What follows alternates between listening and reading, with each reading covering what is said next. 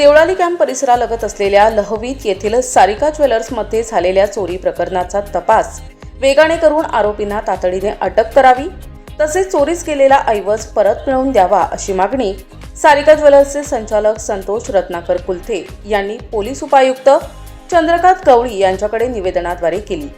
30 मार्च 2026 रोजी पहाटे अज्ञात चोरट्यांनी दुकानाचे शटर वाकवून आत प्रवेश करत तिजोरी आणि शोकेस फोडून मोठी चोरी केली होती।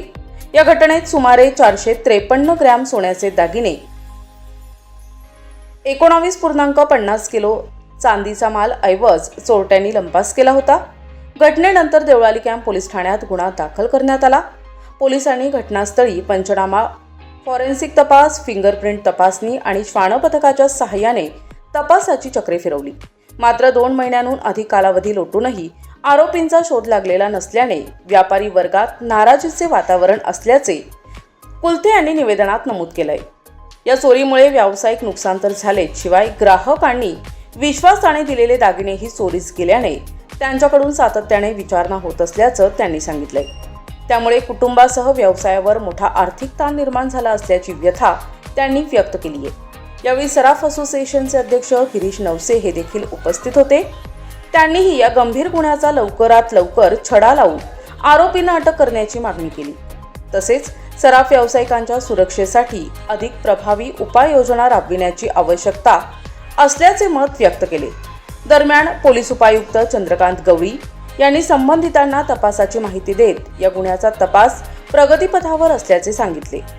सध्या तपास क्राईम युनिट क्रमांक 2 कडे असून विविध तांत्रिक पुरावे आणि तपासाच्या आधारे आरोपींचा शोध घेण्याचं काम सुरू असल्याचे त्यांनी स्पष्ट केलंय। तसेच लवकर या प्रकरणात महत्त्वपूर्ण प्रगती होईल असा विश्वास त्यांनी व्यक्त केलाय।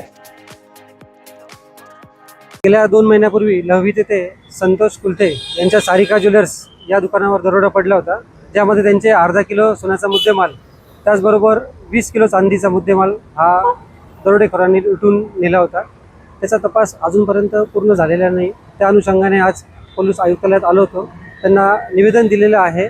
त्यांच्याकडनं अशी खात्री भेटलेली आहे की सदर गुन्ह्याचा तपास योग्य रीतीने चालू आहे, लवकरात लवकर गुन्हेगारांना पकडण्यात येईल आणि याचा तपास जो आहे क्राईम 2 कडे आहे आणि तो योग्य पद्धतीने सुरू आहे। सध्या वाढलेले सोन्याचे भाव आणि चांदीचे भाव, त्यामुळे सुरक्षेचा प्रश्न उद्भवू शकतो।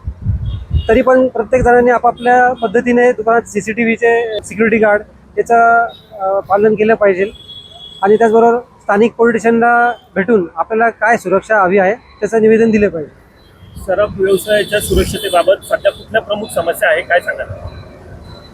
सध्या तरी ज्या ठिकाणी प्रामुख्याने सराफ बाजार असेल, सराफी व्यावसायिकांचे दुकानं असेल, तिकडे प्रॉपर QR कोड लावून त्याचा पोलिसांचा राऊंड झाला पाहिजे। तिकडे त्या असोसिएशनची मीटिंग झाली पाहिजे। त्या असोसिएशनच्या माध्यमातून काय आपल्याकडे तपास आपण काय उणिवा आहे आपल्याकडे, त्या आपण सदर पोलीस स्टेशनला देऊ शकतो। पोलिसांनी या तपासासाठी काही विशेष पथकाची नियुक्ती केली पाहिजे का, काय वाटते आपल्याला? ऑलरेडी त्यांनी सांगितलं आहे की पोलीस पथक तपास करत आहे, युनिट 2 याचं काम बघत आहे आणि त्यांनी बऱ्यापैकी याचा तपास केलेला आहे। काही गोष्टी ज्या आहेत त्या त्यांच्याकडे गेल्यावर समजेल आम्हाला युनिट 2 कडे। संतोष रत्नाकर कुलथे, सारिका ज्वेलर्स, माळवाडी लहवीत येथील असून माझ्या दुकानात 30 तारखेला पहाटे चोरी झालेली आहे। अज्ञात चोरांनी जवळजवळ 453 ग्रॅम सोने व 19.5 किलो चांदी चोरून नेलेली आहे। तरीसुद्धा आता 2 महिने झाले, 2 महिन्यापासून अजून कुठल्याही प्रकारचं तपास लागलेला नाही आहे चोरांचा। तो लवकरात लवकर मला याची पोलिसांकडून माहिती मिळावी व मदत व्हावी ही विनंती। चोरीमध्ये 453 ग्रॅम सोनं आणि 19.5 किलो चांदी गेलेली आहे। आमच्या बाजूला पण आधी 25 तोळे सोनं चोरीला गेलेलं आहे, त्याचा पण अजून काहीच तपास लागलेला नाही आहे। आत्ता परत एक चोरी झाली आहे, तिचा पण अजून काहीच शोध लागलेला नाही। पोलीस आयुक्तालयात निवेदन दिले, त्यांनी तर सांगितलंय का आता बघू, तपास चालू ठेवू। आज जे निवेदन आपण दिलेलं आहे त्यावर योग्य ती कारवाई करून लवकरात लवकर जो निर्णय असेल किंवा तपास असेल तो द्यावा अशी नम्र विनंती।